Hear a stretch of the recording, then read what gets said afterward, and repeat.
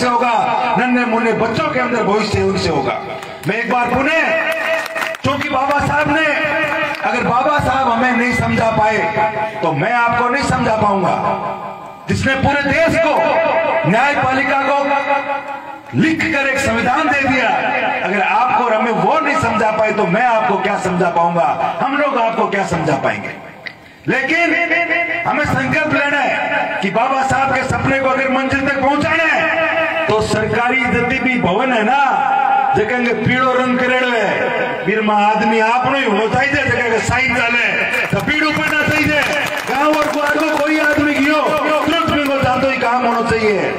आज की हालत है, आओ डूंगरगढ़ एसडीएम ऑफिस, सुबह 10 बजे आओ, 9 बजे आओ, धालो दियो टेम्पो के बढ़िया बैठो, 5-4 दुकान है, चाय पियो, जर्दा खाओ, तार से धुको, 5 बजे पास आ जाओ घर। क्यों काम, क्यों आज तो मिली कौन, बाबू कौन मिलो, क्यों बाबू को डायट हो तो, क्यों वो ऑफिस आप कमरे गेड़ो, मान कौन मिलो, क्यों कौन मिलो, क्योंकि बांग ऊपर बांग जूते नालो जता ही धारो बैठो पोतो दो तो नहीं बनी जल्दी में बन जी इधर आगे खड़े तैयार मिल सी। अच्छा बिके हुए हो, रेडी हुए हो, बना हुए हो, काम करो तैयार है, मतलब गाली कर दियो। ईर वास्ते शिक्षा के माध्यम से आगे बढ़ना है। बाबा साहब ने कहा कि शिक्षा, संगठन और संघर्ष, संगठन हमारी ताकत होनी चाहिए।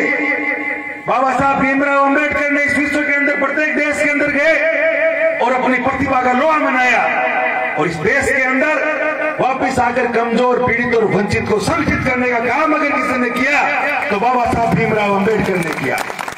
मजदूरों को एक किया, किसानों को एक किया, और एक करने के बाद में आज हम सब लोग जो एक छत के नीचे बैठे हैं वो बाबा साहब के संगठन की जो सोच थी उसके कारण बैठे।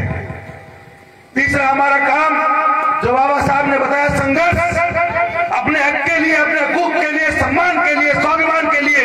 जिस दिन गांव के ग्वार के अंदर बैठे किसान ने, ग्रामीण ने संघर्ष करना सीख लिया, किसी नेता की, किसी पार्टी की औकात नहीं कि आपके गांव का, आपके बच्चों का विकास हो जाए, आपको विश्वास दिलाता हूं।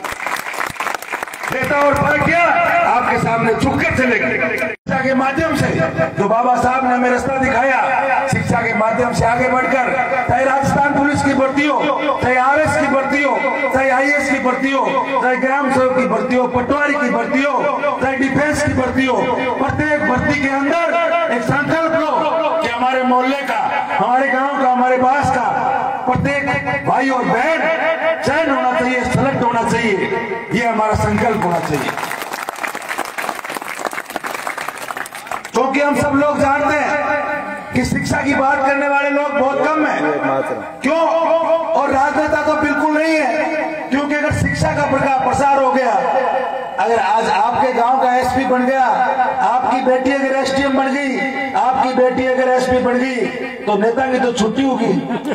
पर कोई फोन कौन करे, भाईजी मोटरसाइकिल छुटाया, भाईजी ट्रक छुटाया, पिकअप छुटाया, नाम लियो बिके को, सब भीड़ू पड़ी से नेता तो फ्री हुई। तो नेता तो सिर्फ एक ही काम है, शमशान भूमि की 4 दीवारी मांग लो, बा करा लो, के अलावा कोई नेता के भरोसे मत हो। नेता जो बन गयो वो थाऊंगियो।